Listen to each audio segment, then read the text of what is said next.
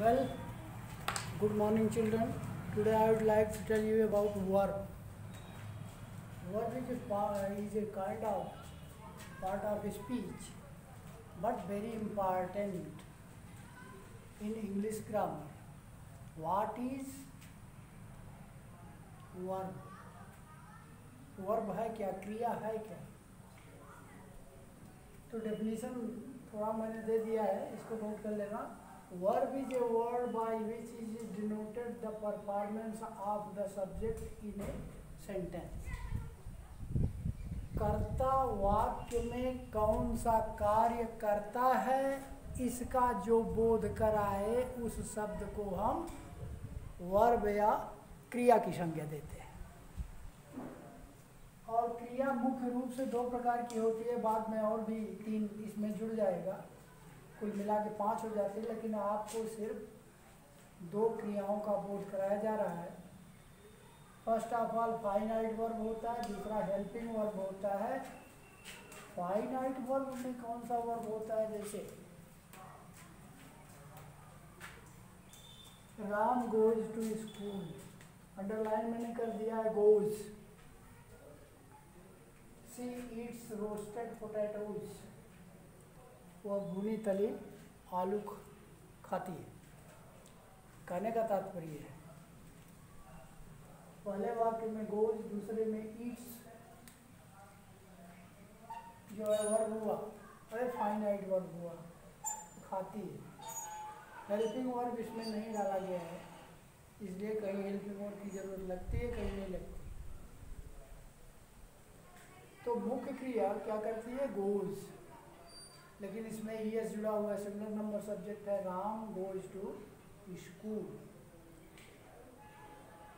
अभी she eats roasted potatoes, वो भुनी या भूजी हुई आलू खाती है. तो कहने का मतलब कहीं पे हेल्पिंग वर्ब लगता है, कहीं पे नहीं लगता है. Kinds of verb mainly there are 2 kinds of verb. First of all finite verb, दूसरा हेल्पिंग वर्ब होता है. फाइनाइट वर्ब में सारी क्रियाएं आ जाती हैं. कुछ क्रियाओं को मैं लिखूंगा और उन क्रियाओं का 3 रूप होता है, प्रेजेंट टेंस, पास्ट टेंस और फ्यूचर टेंस. ओके, तो इसको मैं बाद में बताऊंगा. आज सिर्फ इतना बताना चाहता हूं कि फाइनाइट वर्ब होता क्या है. वाक्य में जो हमें बोध कराता है कि राम जो है सब्जेक्ट है, स्कूल जाता है, जाने वाली क्रिया राम के द्वारा जो संपन्न की जा रही है उसका बोध हम गोज से करते हैं. राम स्कूल कह दो तो वाक्य पूरा हो जाता है, नहीं होता ना, इसलिए गोज लगाना पड़ता है. Ram goes to school, Ram school जाता है, वाक्य हमारा पूरा हो जाता है. इसमें गोज जो है मुख्य क्रिया का काम कर रही है, ईट्स जो है खाने का काम बता रही है. कहने का मतलब ये है कि in this world whatever the action is committed by the subject is called verb.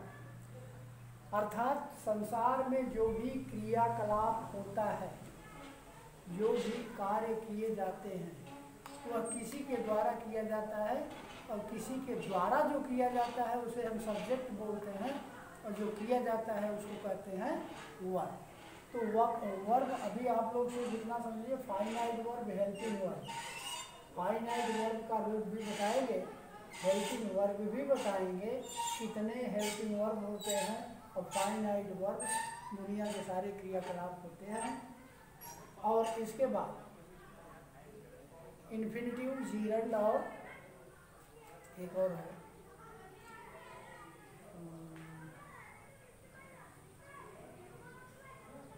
दिमाग में नहीं आ रहा है, बाद में बताएंगे. तो 3 प्रकार क्रियाएं और जुड़ जाएंगी.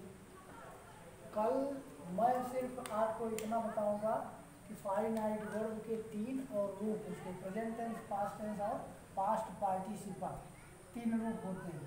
जैसे गो में ईएस जुड़ा हुआ, सिंगुलर नंबर भी शो करता है, पास्ट टेंस इसका हो जाएगा वेंट, पास्ट पार्टिसिपल हो जाएगा गान, गो वेंट गान, ईट एट ईटन हो जाता है। तो मुख्य क्रिया का रूप और हेल्पिंग वर्ब का रूप कल मैं आपको दर्शाऊंगा। वैसे हेल्पिंग वर्ब में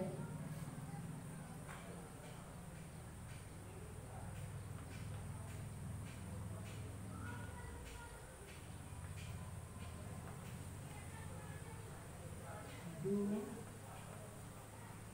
डज, डिड हो गया,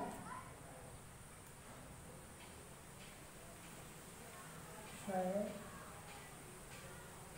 विल हो गया, उसके बाद is, I am, are, was, were,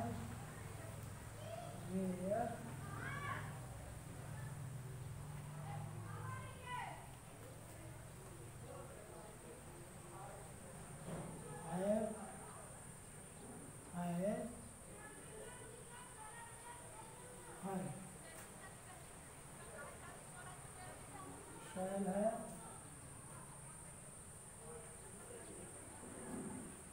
will have।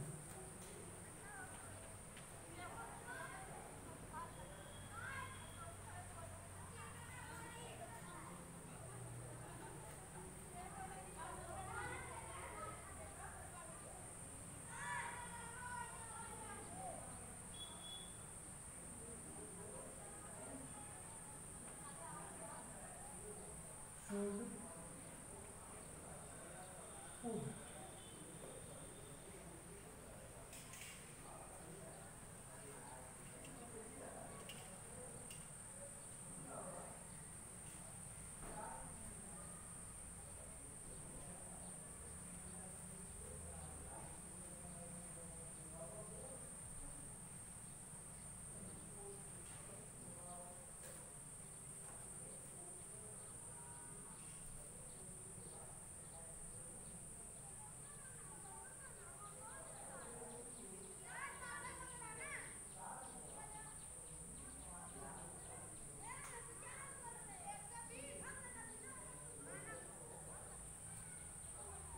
Do, does, this, shall, will, is, am, are,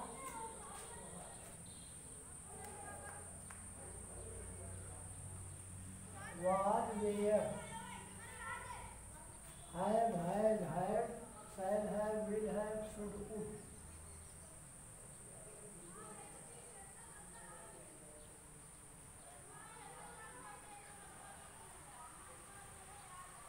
इतना हो जाएगा, जो बचा रहेगा कल बताएंगे। लेकिन इतना हेल्पिंग वर्ब होता है, हेल्पिंग वर्ब वैसे और भी होता है, उसको कल बताएंगे। आज इतना ही समझिए। एक बार फिर मैं दोहरा, what is verb? Verb is a word which by which it is denoted the performance of the subject in a sentence. वाक्य में कर्ता के द्वारा किए गए क्रिया को, किए गए कार्य को जो बोध करा है उसे वाक्य में हम वर्ब बोलते हैं। वर्ब दो प्रकार की होती है, एक फाइनाइट वर्ब, दूसरा हेल्पिंग वर्ब। जैसे बता दें, राम गोज टू स्कूल में गोज होता है, शी ईट्स रोस्टेड पोटैटो। अभी हेल्पिंग वर्ब भी हो सकता है, Ram does not go to school। Ram school नहीं जाता है। यहाँ पर डज नॉट हेल्पिंग वर्ब हो गया, मुख्य क्रिया ये।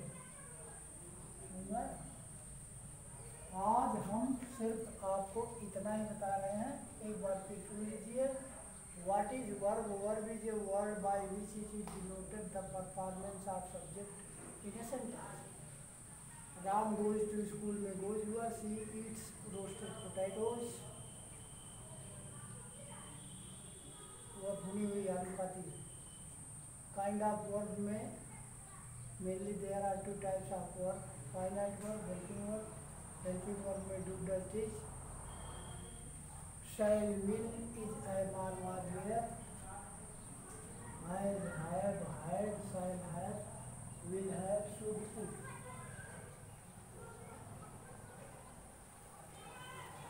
इतना है।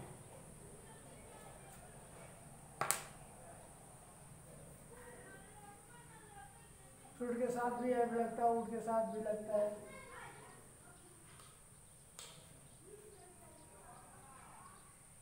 Is being, I am being, are being.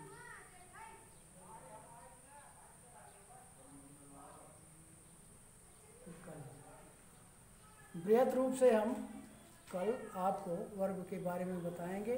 आज इतना ही। आज please be careful and attentive to learn this lesson. इसके बाद कल हम पूरा बताएंगे।